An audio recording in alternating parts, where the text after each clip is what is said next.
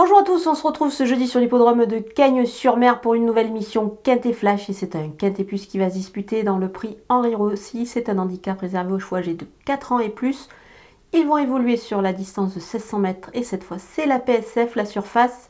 Justement, on va avoir affaire à certains spécialistes justement de cette surface, de cette piste en sable fibré. Il va falloir en tenir compte au moment de faire les choix. Et justement les choix, on y vient, on voit tout ça avec mon analyse.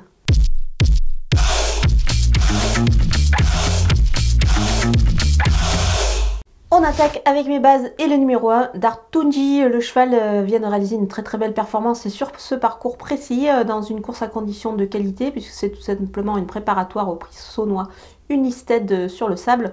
Le cheval ce jour-là se comportait très bien. Il a eu des lignes plutôt favorables que ce soit dans les courses en conditions ou les handicaps. Donc je pense que moi ici il détient vraiment une première chance. En plus il a tiré un bon numéro de corde. Tous les feux sont au vert. Le numéro 2 Wonderboy, on ne le présente plus. C'est un cheval qui fait toutes ses courses. C'est vraiment un super cheval. Il est encore compétitif à cette valeur là. Il devrait attendre dans le parcours et finir vite. Maintenant voilà, c'est un cheval qui ne gagne pas souvent. Donc c'est pour cette raison que c'est peut-être tentant de jouer en The Show. C'est-à-dire trouver le deuxième de la course sur le site theturf.fr.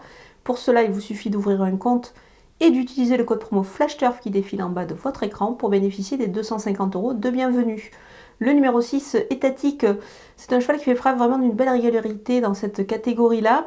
Il devrait encore, à mon avis, conclure à l'arrivée. Alors le seul petit bémol, évidemment, c'est sa corde 15. C'est un cheval qui a besoin d'attendre, donc c'est peut-être un petit peu moins gênant. Son jockey pourra le cacher à ce moment-là. Et il devrait user ensuite pour finir de sa belle pointe de vitesse. Les opposants avec le numéro 7, Apollo, qui vient d'effectuer une rentrée après une très longue absence. Le cheval s'est bien comporté, c'était justement sur ce parcours précis. Alors parfois on peut craindre la deuxième course après une longue absence. Moi je pense qu'il est capable de s'illustrer d'entrée de jeu pour ses débuts dans les handicaps avec cette valeur 37. Le cheval a juste tiré le 16 à la corde, il faudra qu'il fasse avec. Maintenant je pense qu'il a la qualité nécessaire pour conclure au moins à l'arrivée. Le numéro 12, Heal the World, ne devrait pas taper loin à mon avis. Il va courir dans le groupe de tête s'il peut ainsi effacer un petit peu son numéro de corde en dehors, c'est le 13 ici. C'est un cheval qui a de la qualité, il est capable à mon avis de s'illustrer dans cette catégorie-là. Le numéro 5, Jacques Lame, est à surveiller de près pour une place. C'est une jument qui vient de bien courir. Il faudra bénéficier d'un parcours un peu caché pour pas trop s'user comme elle l'a fait précédemment. Mais elle est capable d'accrocher une belle place ici. Le numéro 3, Total Knockout, là il revient sur sa distance. Les 1300 mètres, il s'est pourtant très bien comporté à ce niveau-là en plus. Mais c'était un petit peu court, il était un petit peu débordé toute la course. Là, je pense qu'il devrait être beaucoup mieux. Donc attention à lui. Mon coup de poker, c'est le numéro 9, Game Run, que je vais reprendre en confiance. Le cheval, à mon avis, n'a pas fait sa course la dernière fois. Peut-être que le gazon, ça lui a pas trop plu la dernière fois. Là, il va évoluer sur le sable. Ça devrait être pas mal du tout. Sur cette distance-là aussi, ça devrait être extra. Je pense qu'il faut le reprendre en confiance avec une bonne course. On poursuit avec les outsiders et le numéro 4, Ridwan, qui vient de très bien se comporter sur ce parcours-là de la piste en sable. C'est un cheval pourtant qui passait pas pour apprécier cette surface, mais il a bien couru, donc moi ici je m'en méfie. Il est capable de pourquoi pas confirmer, accrocher un petit lot. Le numéro 14, Electroscope, n'a pas démérité dans un Quintet Plus. C'était sur le gazon. Bon, il a terminé à la 8e place, mais il n'était pas si loin que ça. Il a moins de références sur le sable, c'est pour cette raison que je l'ai mis un petit peu plus bas, mais attention à lui quand même.